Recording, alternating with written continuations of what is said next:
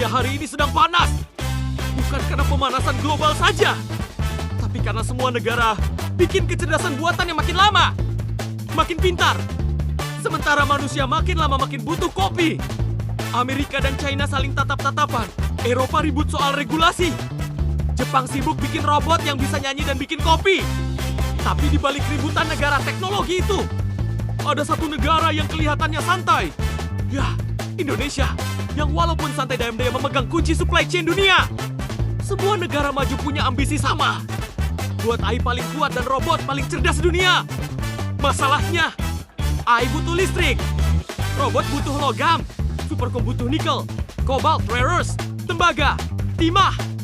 Dan siapa pemilik sebagian terbesar bahan-bahan itu? Indonesia, di silent supplier yang tidak silent-silent amat. Mereka mau AI yang bisa mengontrol kota. Bagus, tapi servernya nyala pakai energi dari mana? Nikel baterainya dari siapa?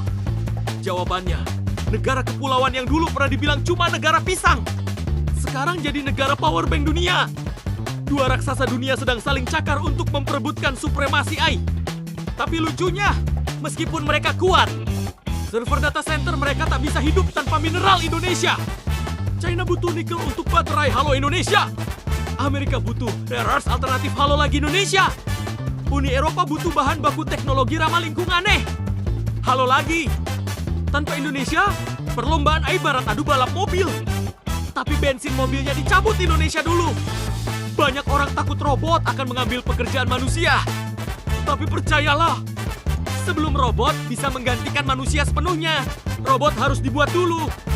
Dan proses membuat robot itu butuh nikel, tembaga, timah, aluminium, bahan bakar, supply chain, logistik global, yang mayoritasnya melewati negara kepulauan bernama Indonesia. Robot bisa pintar, AI bisa jenius, tapi keduanya tetap bergantung pada tanah, air, dan batuan di Indonesia. Dulu Indonesia cuma bangga kalau masuk trending topik Twitter. Sekarang Indonesia masuk trending supply chain dunia. Negara-negara besar mulai sadar kalau Indonesia menyetop ekspor bahan ini, kita stuck. Perlahan, dunia melihat Indonesia bukan lagi negara berkembang yang perlu bantuan, tapi negara kunci yang bisa menahan atau melepaskan stabilitas teknologi global. Masalahnya, dari dulu bangsa ini terlalu rendah hati. Sekarang saatnya berhenti jadi supplier murah dan mulai jadi arbiter global. Bayangkan dunia sedang berebut chip AI. Server superkomputer di California nyaris mati listrik. Pabrik robot di Shenzhen kurang pasokan nikel.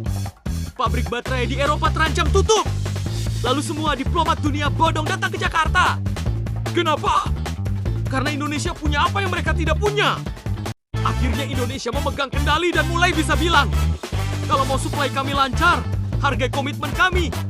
Kalau mau bahan baku, investasinya jangan cuma bikin pabrik, tapi transfer teknologi juga. Kalau mau kerjasama, jangan cuma datang saat butuh saja. Dan dunia tidak punya pilihan selain bilang, baiklah Indonesia, kita negosiasi. Di tengah perang dingin teknologi, rantai pasok global makin rapuh. Satu kelangkaan kecil bisa bikin harga barang elektronik, AI, baterai, dan listrik melonjak. Disinilah Indonesia punya peran baru, menjadi penjaga keseimbangan teknologi global. Karena kalau Indonesia stabil, dunia stabil. Kalau Indonesia kacau, dunia ikut panik.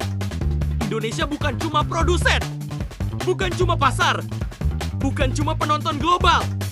Indonesia adalah pemain inti, yang logistiknya menentukan produksi, dan bahan bakunya menentukan masa depan teknologi dunia. Saat negara lain sibuk berdebat siapa yang punya AI paling pintar, Indonesia diam-diam memegang remote controlnya.